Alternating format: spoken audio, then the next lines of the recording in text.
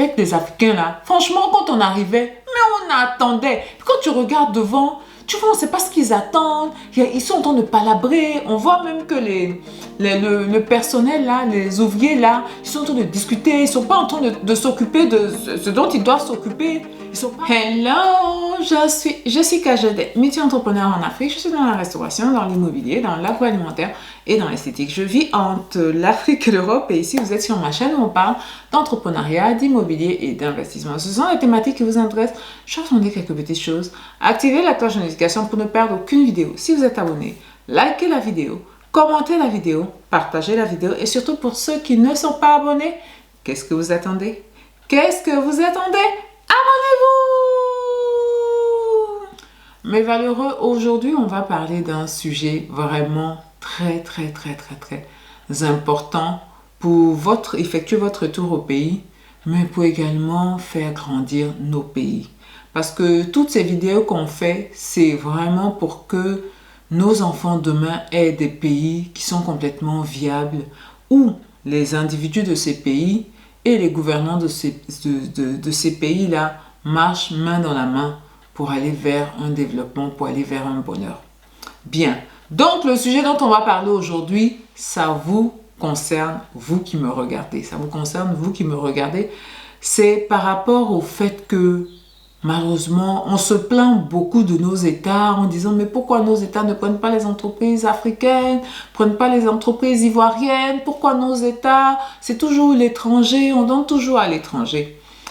Quand on dit ça, on ne se met pas nous-mêmes à notre place et on ne se met pas aussi à la place de l'État. Voilà. Quand je dis à notre place, c'est-à-dire à la place en tant que société, hein, on ne se met pas du point de vue de la société. Je vais vous conter une petite histoire pour introduire mon sujet. Voilà, je partais vers un chantier et il y avait, on empruntait une route qui était en train d'être en réfection. Voilà. Et je venais avec mon pick-up là et puis j'ai vu, plusieurs fois je suis passée et puis j'ai vu, il me semblait qu'il n'y avait que des Africains pour le chantier. C'était une route, hein. C'était en train de refaire une route. C'était que des Africains, je vois même les responsables, tout ça, c'est vrai que c'était des Africains. Non, j'ai garé. Puis je suis allée vers moi, j'aime me mêler des choses qui me regardent pas. Donc je suis allée vers eux pour essayer un peu de taper la causette, pour demander, mais qu'est-ce qui se passe ici? Vous êtes en train de refaire la route, tout et tout. Elle a dit oui. Et puis je leur ai dit, mais je vois que c'est que des Africains, parce que quelquefois quand je passe et les routes sont en train d'être faites ou refaites, je vois que bon, il y a des Chinois, ça, tout ça. C'est que des Africains. Oui, c'est une société ivoirienne qui a eu le contrat pour refaire cette route-là. Voilà, tout ça. Et puis j'ai discuté même avec pas des responsables à un haut niveau, mais un des personnes qui suivaient le chantier, tout ça. Donc j'étais toute fière, j'étais, mais ça c'est bien. Ah, c'est bien que l'État vous ait donné, parce que c'est une route internationale, hein, parce que l'État vous ait donné ça, vraiment on avance dans le bon sens, tout et tout. Donc j'étais content, j'ai pris ma voiture, je suis partie.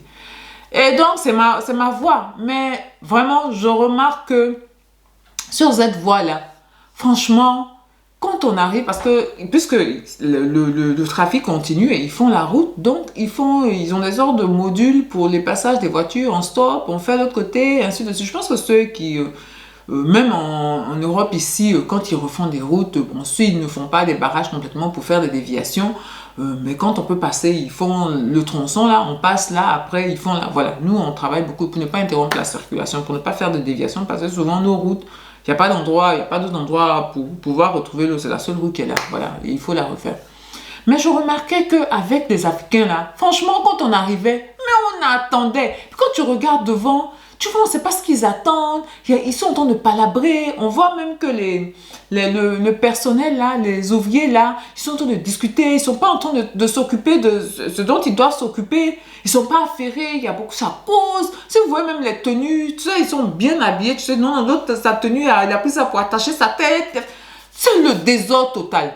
Et ce désordre-là se reporte sur le trafic. Ce désordre-là se reporte sur le trafic. Ça veut dire quand on arrive, bah, si c'est un truc où on doit attendre peut-être 30 minutes, avec eux là, on attend 1h30. Et plus on allait, plus les attentes là, au passage là, ça prenait du temps. Ça prenait du temps. Un jour, là, c'était le las. Là, c'était là. Ils ont fait un gros embouteillage à cause de leur mal-organisation, leur dysfonctionnement. Ils ont fait un gros embouteillage. Non, ce jour-là, peut-être ce jour, on a fait 3 heures. 3 heures bloquées. 3 heures bloquées. Comment je suis descendue pour aller vers les gens? Je dis, mais qu'est-ce qui se passe? On on est là. Ils disent, ah non, on attend une cargaison pour pouvoir boucher le trou, pour pouvoir faire vite le travail pour que les voitures passent. Donc, pendant que, ça dit, ils ont bloqué la situation parce qu'ils attendent une cargaison, un camion pour venir leur donner du matériel pour pouvoir faire le truc pour que les voitures en plus y passent. En fait, c'est un truc qui aurait dû se faire très rapidement. Mais vu que le camion n'est pas encore là, n'est pas venu, bah, eux, ils ont causé le trou. Les voitures ne peuvent pas passer sur le tronçon qu'ils ont creusé là. Voilà. Et il n'y a pas aussi de déviation. On ne peut pas passer ailleurs. Donc tout le monde est bloqué. On attend le camion, que le camion vienne leur donner, faire leur truc. Ils vont faire ça rapidement. On dit c'est un truc peut-être qu'ils doivent faire en 15 minutes. Et puis les gens vont passer. Donc on est là, on attend. On attend. Non, je dis mais ça c'est pas possible. Même on attend pour ce genre de truc là. Mais ça c'était... Et le problème c'est que c'était complètement désorganisé. C'était complètement désorganisé. Je vous avais dit qu'on avait déjà ressenti cette désorganisation-là. Puisque moi, c'était ma voie. Et on est déjà passé sur ce type de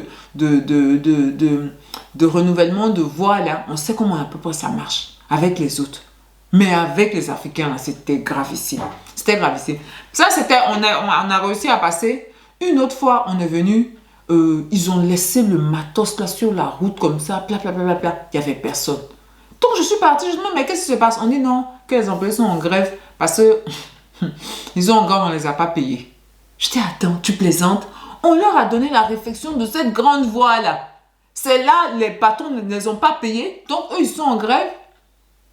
Après cette grève-là, il y a eu un autre truc encore. Ça, c'était le LAS. On a expliqué que il y avait toujours bloqué. Ils m'ont expliqué que non, en fait, on dit qu'ils ont un peu détourné l'argent du matériel. Donc, ils n'ont pas assez de matériel pour bien faire le travail. Quand tu vois même les tronçons de route qu'ils faisaient, c'était dégueulasse, c'était pas précis, c'était vraiment, c'était pas la peine. C'était pas la peine. Voilà. Et donc là, non mais là, c'était là, le saumon. Tout le monde était vraiment énervé. Et on a 1-2 semaines après, on a vu les Marocains. Les Marocains ont repris le truc. Organisé. Oh, ça dit automatiquement, quand tu as vu les Africains et puis tu as vu les Marocains, automatiquement tu vois la différence. Tout truc organisé. Ils ont fini la route rapidement. Les gars étaient sur la route, ils ont fait, je sais pas, peut-être près de 3 mois sur la route. Ça n'avance pas. Les Marocains, au bout de, je ne sais même pas, quelques semaines et mois, fini la route bien faite, tout et tout. Tout et tout. Et donc, sur cette route-là, quand les Marocains étaient en train de la refaire, je passais avec un collaborateur, là, voilà. Et puis, le collaborateur était fâché, voilà, le pays a été vendu aux Marocains, voilà. Tout le monde est sûr, non, tout le pays a été vendu aux Marocains. Voilà. Puis lui, il n'avait pas déjà vu ce qui s'était passé. Voilà, le pays a été vendu aux Marocains. Et puis, je lui ai expliqué, le pays a été vendu aux Marocains. Non, le pays n'a pas été vendu aux Marocains. Cette route-là, pour faire cette route-là, on a mis des Africains, on a mis des Ivoiriens. Couleurs qui nous ont montré. Couleurs qui nous ont montré. Et puis, je lui ai expliqué toutes les péripéties de cette voie-là. Jusqu'à...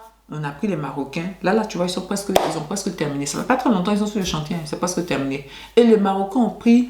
C'est-à-dire, on leur avait donné une petite voie. On leur a donné maintenant tout le contrat de toute la réfection de la voie qui était des dizaines de kilomètres. Voilà. Les Africains à côté. Les Africains à côté. Et ça dit beaucoup de choses. Moi, j'ai lu une dernière nouvelle pour voir qu'il y a l'État en train on est actuellement avec la découverte du pétrole là, mais l'État a remis une partie de cette découverte là à, je sais pas si c'est un pipeline ou un forage, un truc comme ça, à un groupe ivoirien. Voilà, on a tous dansé. On a tous dansé. Moi, je me suis dit, oh, j'espère qu'ils vont pas verser notre nom. J'espère qu'ils ne vont pas verser notre nom. Parce que c'est ça aussi. Je me dis quelquefois que les États voudraient aller vers les nationaux, entre guillemets, pour pouvoir faire certains contrats. Mais nous aussi, on est trop penchés. Trop penchés. C'est ça aussi. C'est-à-dire, c'est dans les deux sens. Les Touaregs doivent venir. Nous aussi, la population, on doit venir. La population pense que c'est l'État seulement qui doit tout faire. C'est l'État seulement qui doit... ils sont couchés seulement, voilà, comme ça, et puis l'État donne. Non, nous aussi, on n'a notre part à jouer. L'entreprise qui a fait ce travail-là, est-ce que l'État peut avoir encore le courage pour dire notre entreprise africaine, ivoirienne, venez prenez chantier? Et puis même s'il donne, et puis quand ça se passe comme ça, on dit, mais c'est nous-mêmes qui allons dire, mais qu'est-ce que l'État a fait? Comment il peut donner des chantiers à ce genre de personnes-là? Blablabla. Parce qu'il faut aussi l'efficacité. Il faut aussi que quand on nous donne les chantiers, ces chantiers-là soient bien exécutés. Voilà. Il faut aussi, c'est-à-dire c'est toute une réflexion, c'est tout un mindset dont nous avons besoin pour développer nos pays. Pas seulement l'État. Voilà, pas seulement l'État. Parce que quelquefois, même je dis la vérité, je pense que nous-mêmes on décourage nos États.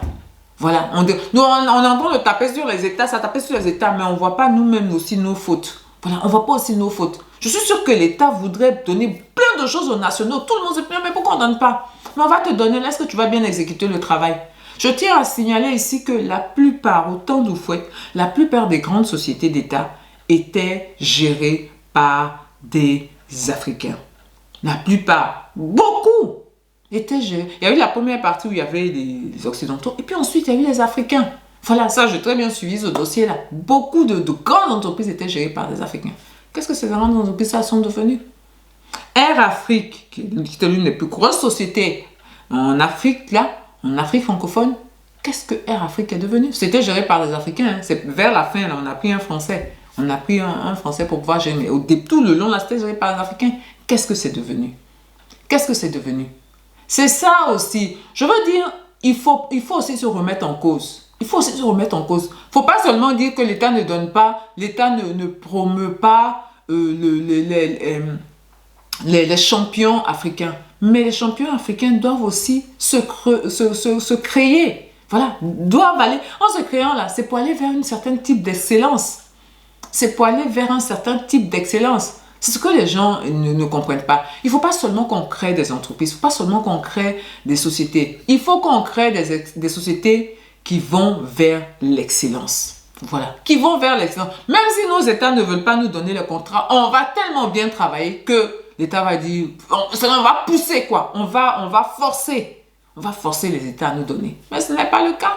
Tu donnes un petit chantier, un truc qui te fait, truc dont les gens sont découragés, ils préfèrent appeler. Moi, je connaissais le responsable d'une entreprise de transport, une grande entreprise de transport, des cars, là. Paix à son âme est décédé. Voilà, à Bassam là-bas, l'une des plus grosses entreprises. Voilà. Mais il en a fait tellement marre avec la gestion à l'Africain, entre guillemets, il allait chercher des Européens pour pouvoir gérer son truc, pour pouvoir renouveler son parc, pour que les choses soient faites en temps et en heure, tout et tout. Il allait chercher des Français pour faire ça. Il a laissé les Africains. Il était avec les Africains, il les a laissés. Quand le gars, il est décédé, mais sa société est tombée. Sa société est tombée. Voilà, ça aussi, ce sont des réalités.